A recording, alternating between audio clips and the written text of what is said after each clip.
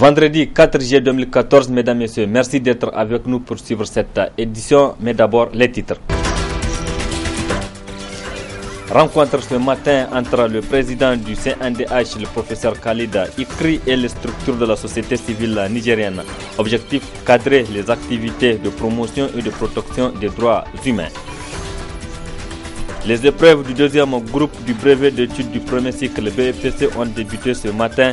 Aujourd'hui visité par notre équipe, tout se passe normalement.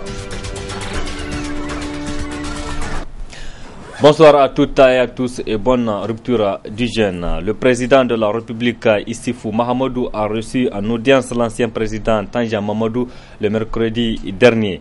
Une rencontre qui a suscité des commentaires divers.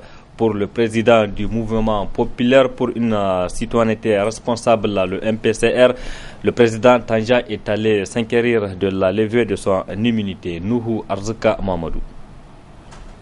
Il s'agissait de parler de la question surtout des derniers événements judiciaires qui ont déféré la chronique, notamment la question de la levée de l'immunité de l'ancien président Tanja Mamadou, qui a été faite par la Cour de cassation. Et l'information a été pratiquement portée à la connaissance du public à travers les médias. Et nous avons tous appris dans ces circonstances-là. Et lui-même, le président Tanja, il a appris la décision, et comme tout le monde, à la radio, quand les médias ont commencé à en parler, et il était étonné de ce qui a pu se passer.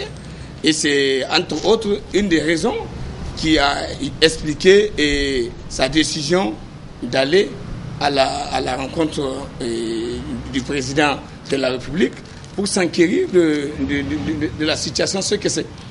Maintenant, de quoi s'agit-il?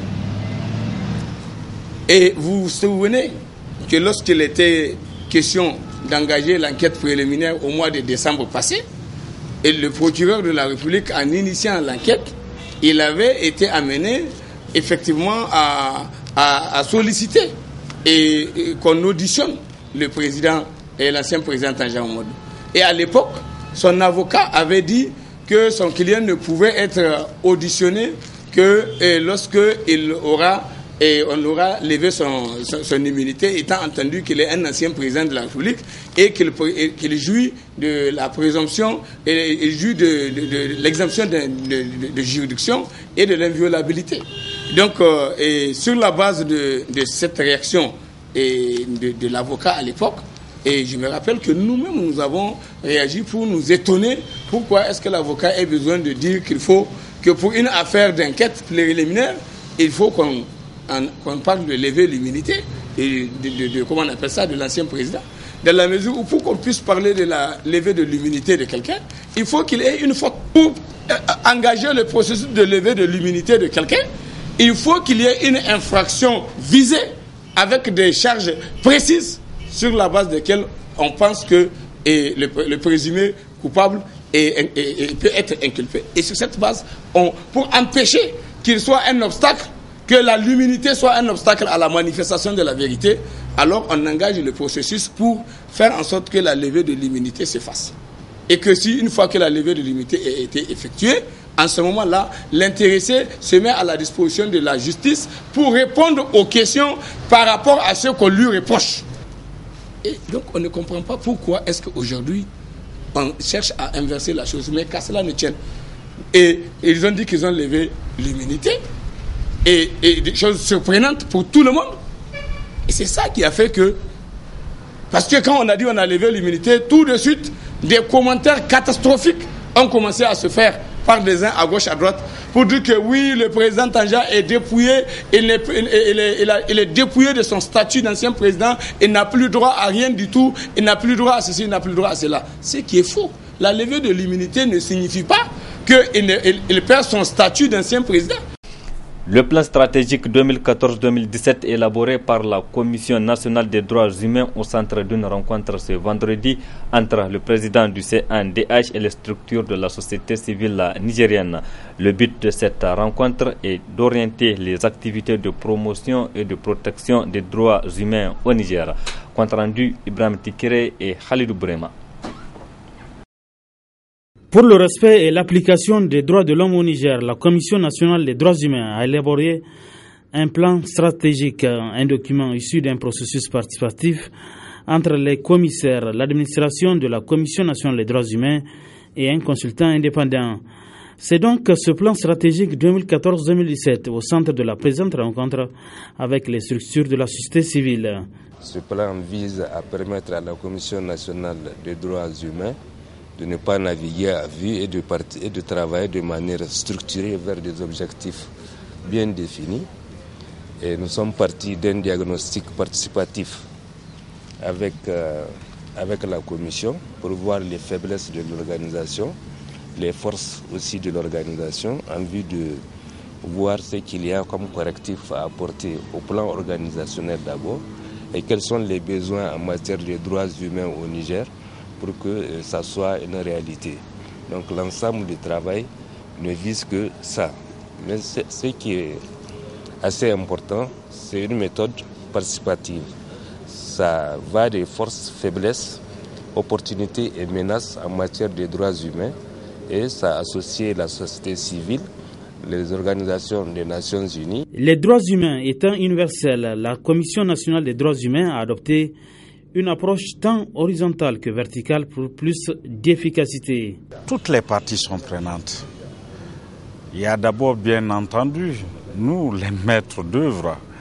En dehors des maîtres d'œuvre, nous avons toutes les structures de la société civile. Nous entendons travailler avec toutes les structures de la société civile.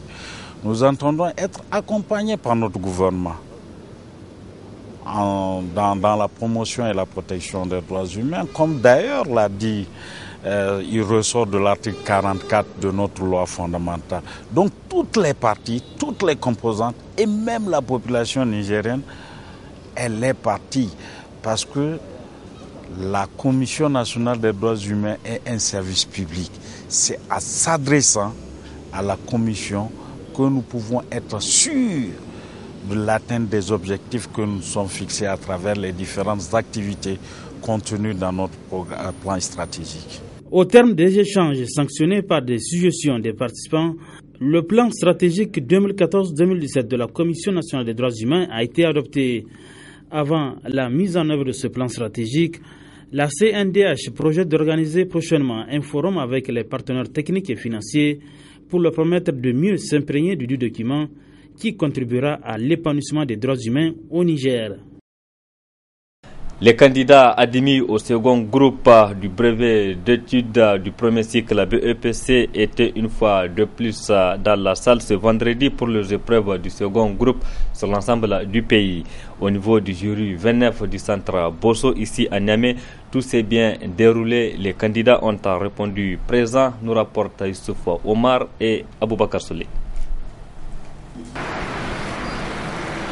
Top chrono, c'est parti. Les candidats du deuxième groupe BEPC ont 1h30 pour expliquer le texte La danse de l'écrivain nigérien Ide Adamou, puisé de son roman La camisole de paille. Même chrono pour l'algèbre et la géométrie. Là, les candidats sont sommés de résoudre des équations. Les plus rapides sont sortis avant l'heure et ils sont confiants. Est-ce que ça s'est bien passé? Oui. Et les épreuves, ça a été? Oui, ça a été. Vous êtes bien défendu? Oui, on s'est bien défendu. Et moi, je ne suis pas fort en maths et puis je me suis débrouillé. Ça a été bon, vraiment. Ça a été bien. Oui, ça a été bien. D'après le président du jury du centre, tout se passe comme prévu. L'atmosphère est détendue et les candidats ont répondu présents. Il n'y a aucun problème. Et ce matin, par exemple, en mathématiques, je devais avoir 33 candidats qui reprennent. Ils ont tous répondu présents. L'épreuve s'est bien déroulée. Maintenant, actuellement, c'est les 27 qui reprennent lecture qui sont en salle. Il n'y a pas de problème. Ils sont là. On ne dénonce vraiment aucun problème ici. Cette année, au lieu de 112 points pour passer au second groupe, Les candidats au brevet d'études du premier cycle BEPC devraient accumuler 120 points. Peut-être une des raisons qui a fait que les résultats de la session 2014 ont été catastrophiques. Ce vendredi 4 juillet 2014 correspond au 6e jour du mois béni de Ramadan, un mois au cours duquel il est recommandé aux musulmans de s'abstenir de boire et de manger du matin au soir. Mais la religion autorise à certaines personnes à ne pas jeûner, mais à condition, des conditions que nous énumère ici Oustaz Khaladou Yahya. Il y a un certain nombre de personnes ou quelques catégories de personnes qui sont dispensées de jeûner ou qui peuvent ajourner le jeûne ou qui peuvent même rompre le jeûne. Et l'islam, c'est la religion de miséricorde, comme les 7 décades. Parmi ces catégories de personnes, il y a le voyageur ou le malade. Ces personnes qui se sentent dans l'incapacité de continuer le jeûne peuvent ajourner le jeûne. Donc, et pour remettre le jeûne, donc rembourser le jeûne, les journées en nombre égal de jours. Ça, c'est pour les voyageurs. Ça, c'est pour les voyageurs et les malades.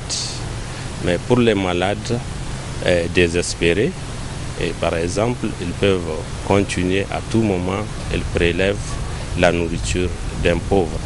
Et c'est l'équivalent d'un demi-litre, par exemple. Et il y a d'autres catégories de personnes, les vieillards, par exemple, qui n'ont plus de force pour jeûner. Lui aussi, il peut se contenter du prélèvement. Donc, il peut arrêter de jeûner, se contenter du prélèvement. Donc, lui, il n'a plus la force de jeûner.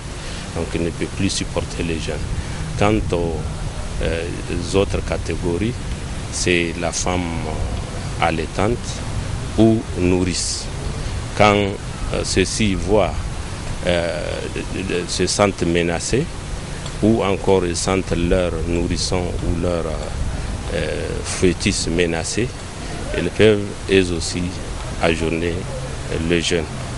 Donc pour le rembourser, dans les jours quand elles auront la santé, quand elles seront libres, quand elles auront la capacité ou les possibilités de jeûner. Donc ça c'est tout ce qui est exprimé, c'est dans le Coran, la sourate 2, verset 284. L'international camerounais Samuel Eto'o est au Niger dans le cadre d'une visite privée. Il a été chaleureusement accueilli hier à l'aéroport international Diori Hamani de Niamey par les amateurs du football avant d'assister à un match entre les joueurs de MENA Cadet au stade municipal. Samuel Eto'o est au Niger sur invitation du ministre des Mines et du Développement industriel Omar Hamidou Tiana. Le temps fort de cette visite de l'international camerounais avec Michel Djedi et Ibrahim Abdou. La joie était immense au stade municipal où l'international camerounais a été chaleureusement accueilli par ses fans. Un digne fils du continent africain dont la carrière offre un palmarès impressionnant, servant ainsi de modèle pour toute la jeunesse sur l'échiquier mondial. J'espère que les jeunes footballeurs ici présents vont s'inspirer de votre exemple pour eux aussi s'imposer dans le firmament du football international pour le bien du football nigérien et africain. C'est avec une fierté que nous l'accueillons aujourd'hui chez nous au Niger. Monsieur Eto'o, nous vous disons Fonda Gaya, Barka de Zoua, Koubaï. Cela veut dire tout simplement en français, soyez le bienvenu chez vous au Niger. Des hommages qui prouvent à la star du football mondial ayant reçu les prestigieux honneurs du ballon rond que sa personnalité est également appréciée et admirée en terre nigérienne. Tout d'abord, je veux vous dire merci pour l'accueil. Je l'ai souvent dit ailleurs, je suis content de revenir en Afrique parce que peu importe le pays, je me sens chez moi.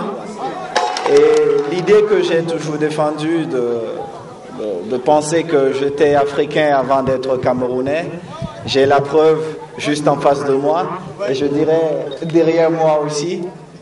Je profiterai aussi pour dire à mes parents merci de m'avoir invité chez moi. Aujourd'hui, j'ai une maison ici, j'ai une destination ici, je reviendrai.